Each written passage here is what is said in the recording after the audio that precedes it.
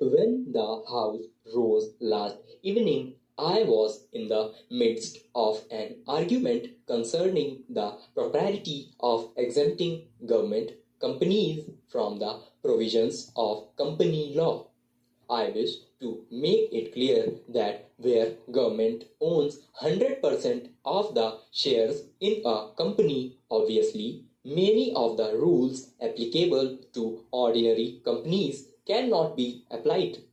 Indeed, the well-known authority on modern company law summarized the position thus: it will be appreciated that the absence of shares and shareholders automatically renders large and important branches of company law totally inapplicable. Rules relating to the raising and maintenance of share capital, the control of directors by members, protection of minority shareholders, company meetings, and the like can have no relevance. As we have said earlier, the knotty problem of the relationship between the management and the members is solved by the abolition of the latter.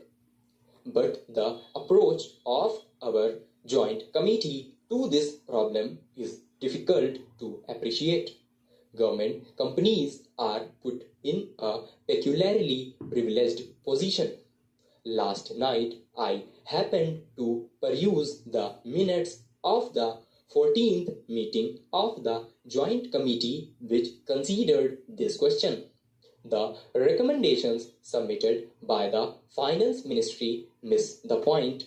There have been exemptions suggested for certain types of companies, but I do not think that any purpose will be served by having any of the government companies other than those in which government has 100% shares brought within the purview of the exemption clause at all.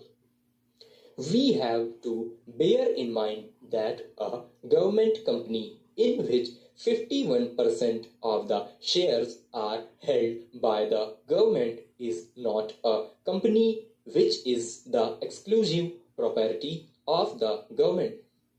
It is one in which the government has a technical majority holding of the shares, and in theory the government, according to the provisions of the bill, is given powers to revoke all the safeguards provided in the company's bill.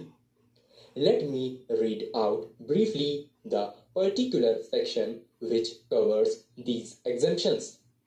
I want to ask only a few questions of those who have taken a prominent part in the deliberations of the Joint Committee. What is it that you seek to achieve by granting such an exemption?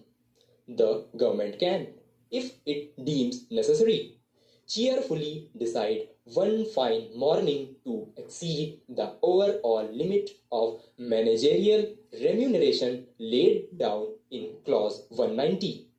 Of course, such a dispensation will be said